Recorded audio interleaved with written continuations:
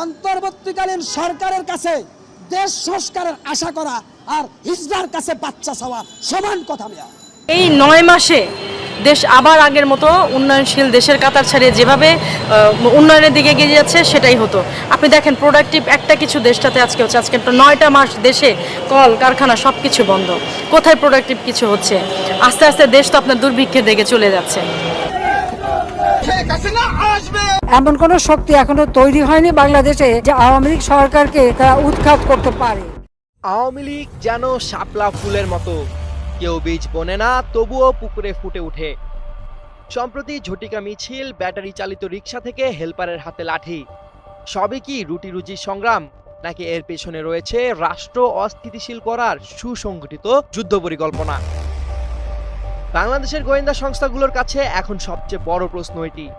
সম্প্রতি একাধিক গোপন বৈঠক, টেলিগ্রাম চ্যাট এবং মাঠ পর্যায়ের নির্দেশনায় স্পষ্ট, আওয়ামী লীগ মে ও জুন মাসকে টার্গেট করে এক নজির। সম্মানিত দর্শক, সাবেক প্রধানমন্ত্রী শেখ হাসিনাকে বাংলাদেশে ফেরাতে ভয়াবহ তাণ্ডব শুরু করে দিয়েছেন আওয়ামী লীগ এবং ছাত্রলীগের নেতাকর্মী। দর্শক, এই ভিডিওতে দেখলে আপনারা রীতিমতো চমকে যাবেন। হঠাৎ করে রাজপথে আবারও ছাত্রলীগ ভয়ঙ্কর রূপে মাঠে নেমেছেন এবং কি সাবেক প্রধানমন্ত্রী শেখ হাসিনাকে দ্রুত বাংলাদেশে আনার আলটিমেটাম দিয়েছেন এবং ডক্টর ইউনূসকে কঠিন হুঁশিয়ারি বার্তা দিয়েছেন। সমন্বয়কদেরকে যেখানে পাবে সেখানে ফেরানোর হুঁশিয়ারিও দিয়েছেন। দর্শক, এই ভিডিওতে আপনারা বিস্তারিত দেখতে পারবেন। খুবই গুরুত্বপূর্ণ একটি ভিডিও, তাই না টেনে সম্পূর্ণ ভিডিওটি দেখবেন। চ্যানেলে নতুন হয়ে থাকলে সাবস্ক্রাইব করে রাখবেন পরবর্তী ভিডিওর জন্য। দর্শক, কথা আর বাড়াবো না, একটি লাইক করে দেখতে থাকুন সম্পূর্ণ ভিডিওটি। এমন কোন শক্তি এখনো তৈরি হয়নি বাংলাদেশে যে আওয়ামী লীগ সরকারকে তারা উৎখাত করতে পারে। আওয়ামী লীগ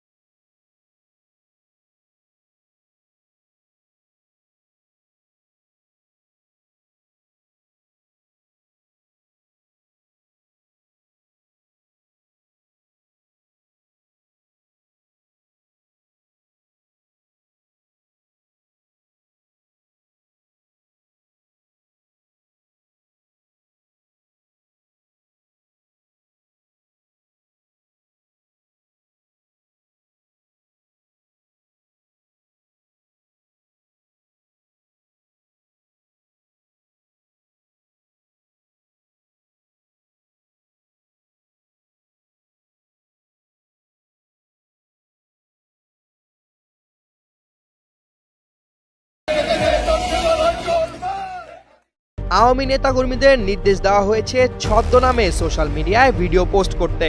সেই ভিডিও পাঠানো হচ্ছে দেশের বাইরে পলাতক নেতাদের কাছে, যারা কড়া নজরে পরিস্থিতি পর্যবেক্ষণ করছেন। গোয়েন্দা সংস্থার তথ্য অনুযায়ী মে জুনে তারা অন্তত 15 লাখ কর্মী মাঠে নামানোর পরিকল্পনা করেছে। প্রতিটি জেলায় প্রস্তুত হচ্ছে সংঘর্ষের মঞ্চ। তবে সরকারের নিরাপত্তা বাহিনীও বসে নেই। 8 ফেব্রুয়ারি থেকে শুরু হওয়া অপারেশন ডেভিল হান্টে গত এক মাসে সারা দেশ থেকে 12,500-এর বেশি নেতাকর্মী গ্রেপ্তার হয়েছেন।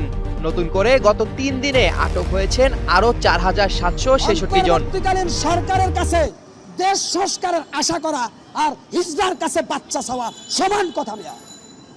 আপনি অন্তর্বর্তীকালীন সরকার, উনি যে কোনো সময় বিদায় নেবে, অতএব উনি শুধুমাত্র দেশটাকে ঠান্ডা রাখার চেষ্টা করছেন।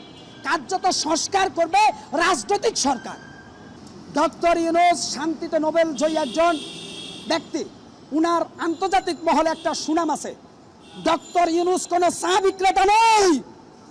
ডক্টর ইউনূস আর নরেন্দ্র মোদী এক জিনিস না। ডক্টর ইউনূস হচ্ছে সাচ্চা ভদ্রলোক, কিন্তু বাংলাদেশে এত ভদ্রলোক চলে না। কারণ বাংলাদেশের মানুষ 6 ঋতুর দেশ, মাঝে মাঝে ঋতু পরিবর্তন করে। এজন্য এখানে তারেক জিয়ার মতো একজন সাহসী সৈনিকের প্রয়োজন আগামী দিনে। ডক্টর ইউনূস সাহেবের কাছে আমার প্রশ্ন, আপনি ভদ্রলোক, আপনাকে সম্মান করি, কিন্তু আপনার যে উপদেষ্টারা রয়েছে এদের মধ্যে কিন্তু কিছু ভারতীয় দালাল ঢুকে পড়েছে।